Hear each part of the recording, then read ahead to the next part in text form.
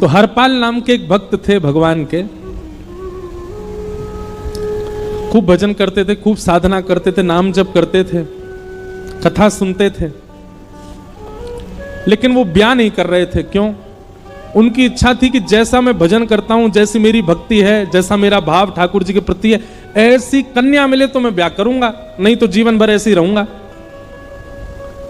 तभी उनके किसी रिश्तेदार ने आकर के बताया, बोले तेरे लायक कन्या मिल गई मुझको।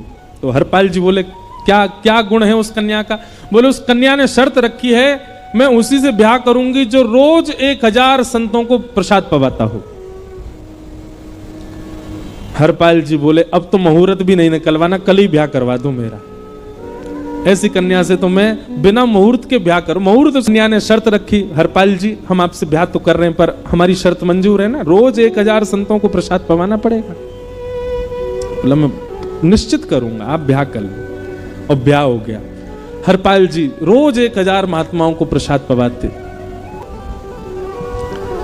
तो हरपाल जी ने नियम ले लिया, रोज 1000 महात्माओं को भोजन कराते। अब 1000 की जगह कभी कभी 1200 भी हो जाते, 1300 भी हो जाते, 1500 भी हो जाते।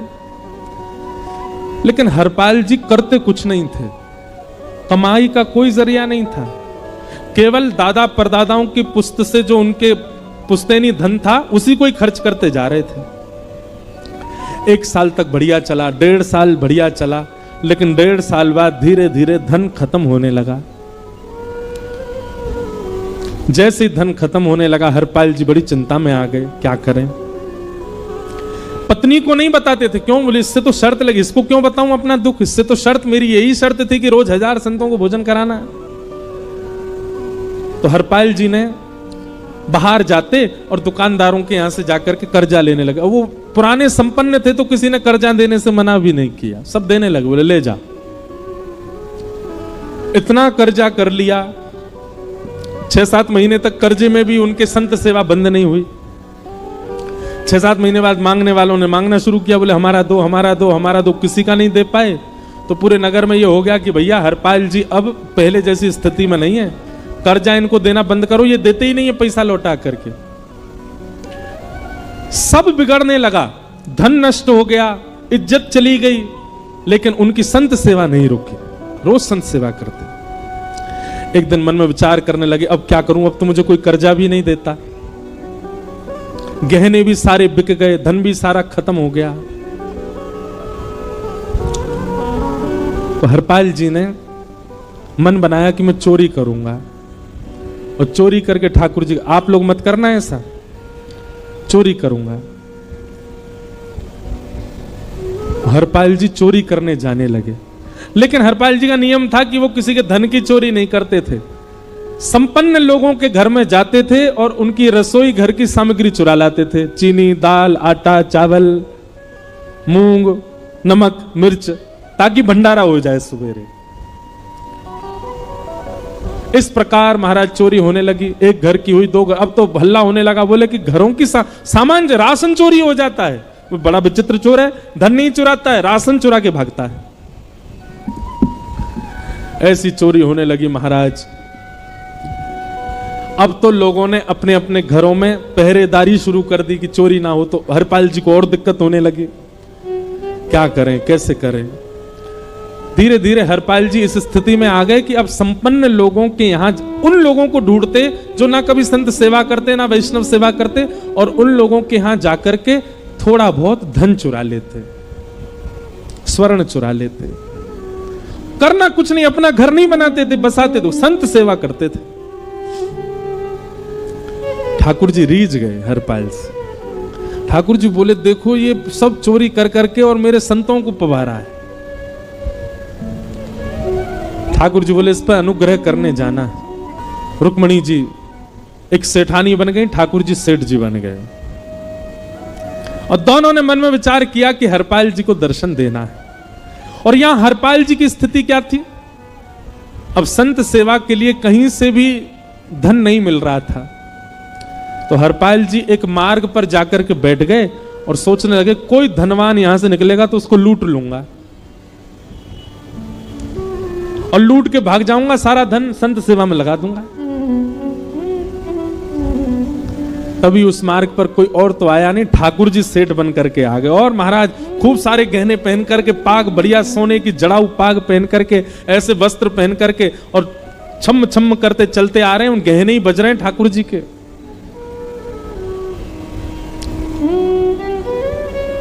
हरपाल जी ने जैसे नेत्र खोल करके देखा, ठाकुर जी के रूप यौवन और सबरी उनके श्रृंगार को देख करके हरपाल जी बोले, ये तो एक आध साल के भंडारे की व्यवस्था आ रही है सामने से।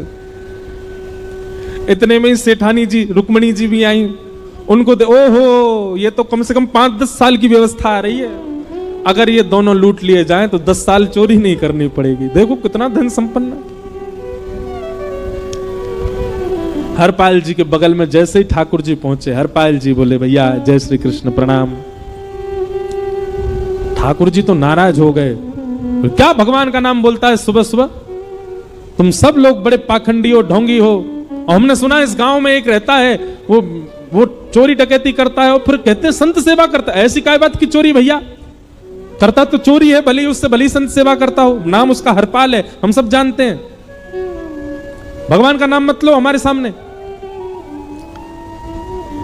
हरपाल जी समझ गए, वो तो बिल्कुल भगवत विमुख है। इसकी तो एक अंगूठी भी नहीं छोड़नी मुझको, इसका तो सब लेके जाऊंगा। अगर ये बदले में जय श्री कृष्णा बोलता तो एक आध गहना छोड़ देता है इसका में, पर ये तो इतना बिगड़ रहा है भगवान का नाम सुन के, इसका कुछ नहीं छोड़ूंगा, सब ले जाऊंगा। हरपाल जी बोले, हाँ भैया, एक रहता तो है डकैत इस गांव में, और उसका कोई पता नहीं हो, कभी भी आ जाता है। लेकिन एक मार्ग जंगल में होकर के है, उसमें गांव में नहीं जाना पड़ता। जंगल से गुप्त चुप निकल करके पूरे गांव पार हो जाएंगे, आप शहर पहुंच जाओगे। उसका रास्ता मुझे ही पता है। सेठ जी बोले, तो तुम हमको पार करवा दो। हरपाल जी बोले, मैं पार तो करवा दूंगा, लेकिन भगवान मेरे घर कुछ मेहमान आए हैं, उनके भोजन आदि की व्यवस्था के लिए मैं तो बाजार आया था, मेरे पे धन नहीं है। आप यदि मुझको कुछ दे देंगे तो मैं घर पर व्यवस्था करके आऊंगा, तुरंत आपको लेकर के गांव पार करवा दूंगा। ठाकुर जी ने उसको कुछ सोने की मोहर दे दी। बोले, लो तुम अपने घर की व्यवस्था कर आओ। हरपाल जी ने सामग्री खरीदी, घर पर पहले व्यवस्था करके आए। बोले, आज की व्यवस्था हो जाए, क्योंकि आज तो 10 साल का सब चोरी करना, समय लगेगा। पत्नी से कहा, भोजन प्रसादी बनाओ, संतों को पवाओ। संत पूछेंगे मैं कहां है, तो कहना कि आप लोगों की 10 साल की व्यवस्था करने गए आज।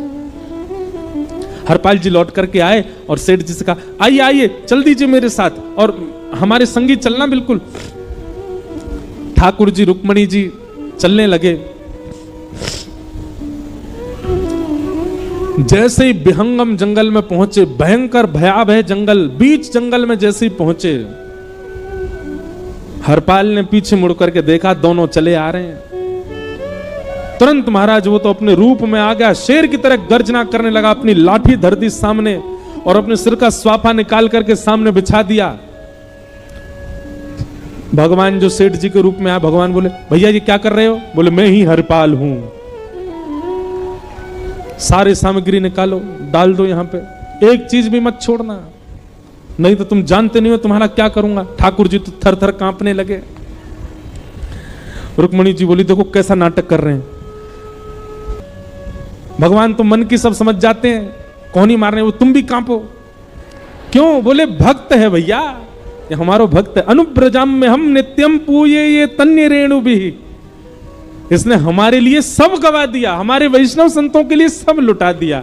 इसके आगे भयभीत होने में कोई लज्जा नहीं।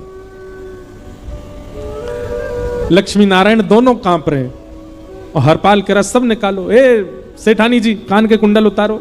कान कुंडल उतार दिए, नाक की नथनी उतार दी, सब उतार के धर दिए, हाथों के सब कड़ूला आदि भी धर दिए। भगवान ने भी अपने सब उतार। बोले, बैंत कहां लेके जा रहे, उसको भी धर दो। बोले, अरे भैया बुढ़ापे की लाठी, हम गिर जाएंगे। बोले, कुछ नहीं गिरोगे, धर दो इसको। जीवन में कभी राम नाम जय श्री कृष्ण बोलने पे चिल्ला रहे थे मुझ पे, रखो इसको यहाँ पे। सारा धर दिया। बोले, बहुत बढ़िया हो गया, अब 10 साल की व्यवस्था हो गई। इतने में भगवान की कनिष्ठ उंगली में एक अंगूठी थी। हरपाल बोला, ये कहां बचा के ले जा रहे हो, उसको दो। बोले, अरे भैया ये तो बहुत बचपन की हमारी अंगूठी है और ये आज तक हमारी निकली ही नहीं है और ये निकल ही नहीं पाएगी, इसको बाहर हम निकाल ही नहीं सकते, इसको तो रहने दो हमारे पास। बोले, तुम क्या जानो, इस अंगूठी से कम 1 हफ्ता संत भोजन होगा। और तुम पे तो दया करनी नहीं है। चिल्लाए थे मुझ पे जय श्री कृष्ण बोलने पर, निकालो इसको। भगवान खूब प्रयास करें, वो नहीं निकले तो हरपाल जी ने उंगली पकड़ी, बोले इसको काट देता हूं मैं, तुम्हारे पास उंगली रहने का कोई काम नहीं है, तुम उंगली से करते ही क्या हो। और महाराज जैसे ही उंगली पकड़ करके काटने का मन किया, वो काटने ही वाले थे, इतने में ही द्वारिकाधीश भगवान शंख चक्र गदा पद्म धारण करके प्रकट हो गए सामने। रुक्मणी जी महालक्ष्मी के रूप में प्रकट हो गई और दोनों ने अपने अंक में हरपाल को भर लिया। हरपाल जी समझ नहीं पा रहे ये क्या हुआ, दूर हटे, बोले नाथ, हम साक्षात द्वारिकाधीश, ये साक्षात रुक्मणी तुम्हारी भक्ति से प्रसन्न होकर तुमको दर्शन देने आए। हरपाल जी घुटने के बल बैठ गए, रोने लगे, सर रख दिया चरणों में, पटकने लगे, बोले नाथ, मैंने अपने नाथ को लूटा, आज मैंने अपने स्वामी के साथ डकैती कर रहा था, मैं अपने स्वामी की उंगली काटने पर मजबूर हो गया था, इसका मतलब तो मैं पापी हूं, मेरा पाप इतना प्रचंड हो गया कि मैं आपके रूप को नहीं पहचान पाया। भगवान ने हृदय से लगा, नहीं हरपाल, तुमने कभी अपने लिए प्रयोग थोड़ी किया, तुम्हारी पत्नी भूखे सो जाते हो लेकिन संतों को भूखा नहीं जाने देते। ठीक है, उसके लिए भले ही तुमने वह गलत मार्ग अपनाया जो नहीं अपनाना चाहिए था, परंतु उसमें उद्देश्य कोई और तो नहीं था, मेरे जनों की सेवा ही तो थी, मेरे वैष्णवों की सेवा। और देखो हरपाल, एक मेरी बात सुनो, आज तुम्हारे मन में ग्लानि होती है कि तुमने दूसरों का धन हड़प करके और उससे संत भोजन कराया। वास्तव में इसका विधान शास्त्रों में यह बताया गया, जिसके धन से भोजन बना और संतों ने पाया, परोसा भले ही किसी ने भी हो, कार्यक्रम भले ही किसी ने भी कराया हो, पर धन जिसका लगता है पुण्य उसी को मिलता है। तुमने तो अपने गांव के, शहरों के उन लोग जो कभी संत सेवा नहीं करते थे, उनके धन चुरा चुरा करके उनको पुण्य बांटा है, तुमने कुछ गलत नहीं किया है। भगवान बोले अब हमने दर्शन दे दिया, अब हम जाएं। और सुनो, ये सारा धन हमने दिया है, 10 साल का नहीं होगा इससे, तो बोले जब तक तुम जीवित रहोगे तब तक की सेवा बनेगी, इससे संत सेवा चलती रहेगी। ये सारा धन आभूषण हम लेकर के इसीलिए आए थे ताकि तुमको अब कभी किसी से मांगना ना पड़े, किसी से हड़पना ना पड़े। भगवान जाने लगे तो हरपाल जी चरणों में गिर गए, बोले नाथ, आज मैं आपके दर्शन कर पाया, मैं संत सेवा कर पाया, इसमें सबसे बड़ा योगदान मेरी पत्नी का है। उसने नियम नहीं बनाया होता तो शायद मैं कभी ऐसा नहीं करता। आप उसको दर्शन दिए बिना जाएंगे, मैं उसको क्या बताऊंगा, मैं उससे जाके कह भी नहीं पाऊंगा कि आप मुझे मिले, और उसकी वजह से आप मुझे मिले, वो कृपा कर उसको दर्शन दे दीजिए।